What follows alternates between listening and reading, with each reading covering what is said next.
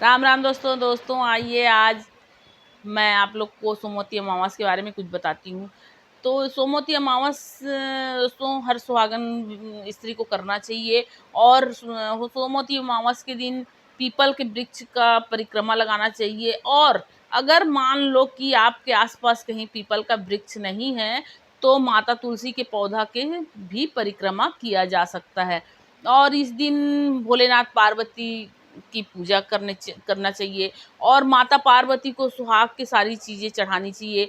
और जब तुलसी या पीपल का परिक्रमा करते हैं तो वो परिक्रमा भी मतलब वैसे तो साल में 2 या 3 ही पड़ता है। तो जब भी अमावस्या पड़े तो कुछ चीज़ों से परिक्रमा करना चाहिए। तो वो भी चीज़ या तो सुहाग का चीज़ हो या खाने पीने का कोई वस्तु हो, उस चीज़ से करना चाहिए 108 परिक्रमा। जैसे मान लो कि आपकी वो नहीं है तो आप 51, 21, 11 भी कर सकते हैं, लेकिन 108 करने का फल ज़्यादा मिलता है।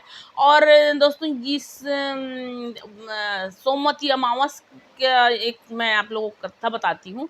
ये सोमवती अमावस की बहुत बड़ी महिमा है, तो मैं आप लोग को उसकी एक छोटी सी कथा बताती हूँ।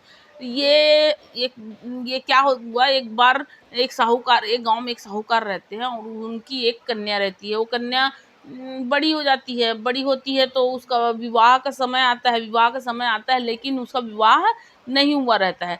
तो उनके यहाँ एक भिखारी आता है और मतलब साधु भिक्षा मांगने आता है। तो वो साधु जो है उस कन्या के हाथ से भिक्षा नहीं लेता, बोलता है कि तुम सुहागिन मतलब तुम्हारा सुहाग ज़्यादा दिन तक नहीं रहेगा और तुम सुहागिन नहीं अभागिन हो, ये ऐसा कह के और उस लड़की के हाथ से कुछ भी दान नहीं लेता है। तो अब वो लड़की को बड़ा दुख लगता है। वो लड़की अपनी माँ से बताती है। वो साधु ऐसे ही 2-4 बार आता है और वो वैसे ही बोल देता है और उससे भिक्षा नहीं लेता है। तो उसकी माँ बोलती है ठीक है, अब आएगा तो मैं सुनूंगी कि वो क्या कहता है। तो वो साधु फिर आता है और उसकी माँ जो है ना, वो लड़की की माँ, वो साहूकार की पत्नी, वो छुप के उसकी बात को सुनते रहती है।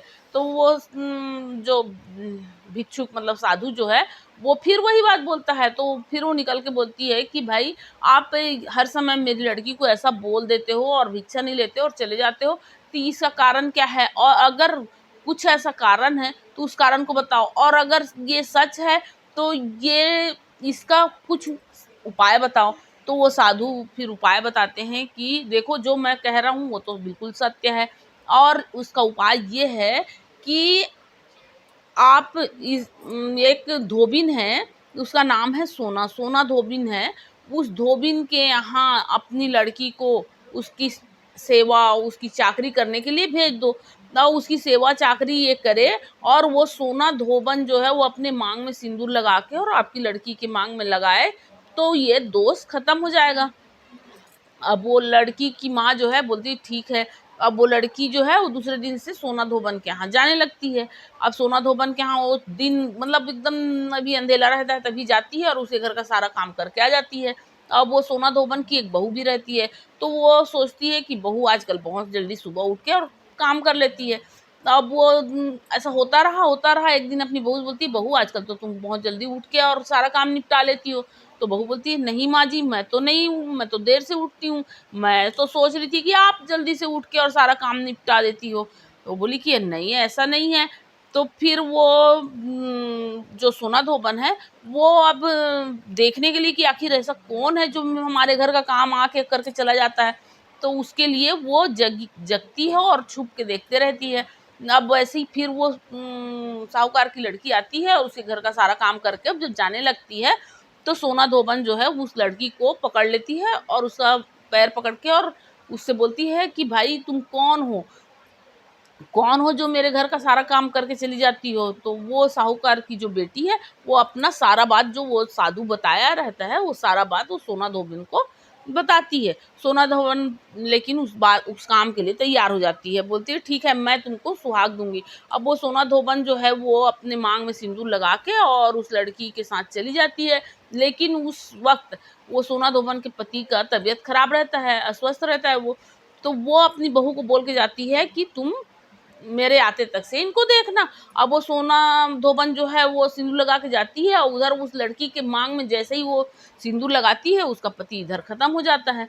अब उसको थोड़ा सा आभास होता है सोना धोबन को, लेकिन वो वहां से वापस जब होती है वो अपने घर से जल पान कुछ भी पानी वानी भी पी के नहीं जा रहती है।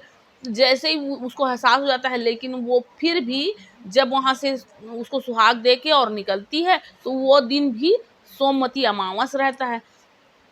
अब वो सोमवती अमावस रहता है और वो जब उसके घर से निकलती है तो सोचती है कि रास्ते में कोई पीपल का पेड़ पड़ेगा तो मैं परिक्रमा कर लूँगी, उसके बाद पानी पीऊँगी।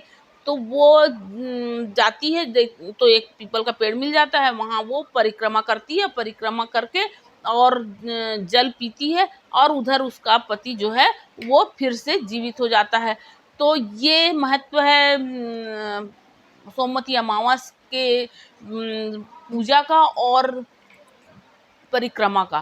तो दोस्तों आप लोग भी इस पूजा को या इस परिक्रमा को, सोमवती अमावस को पूजा करिए भोलेनाथ पार्वती की। और पीपल का ना कर सके तो तुलसी का परिक्रमा अवश्य करिए। ठीक है दोस्तों, राम राम दोस्तों। दोस्तों ये जो मैं आप लोग को कथा सुनाई या ये जो बात बताई ये आप लोग को अगर अच्छी लगी तो प्लीज़ मेरे इस वीडियो को लाइक कीजिए, और अगर आप मेरे चैनल में नए हैं तो मेरे चैनल को सब्सक्राइब कीजिए और कमेंट करके ज़रूर बताइएगा कि आप लोगों को ये कहानी और ये जानकारी कैसी लगी। ठीक है दोस्तों, राम राम दोस्तों।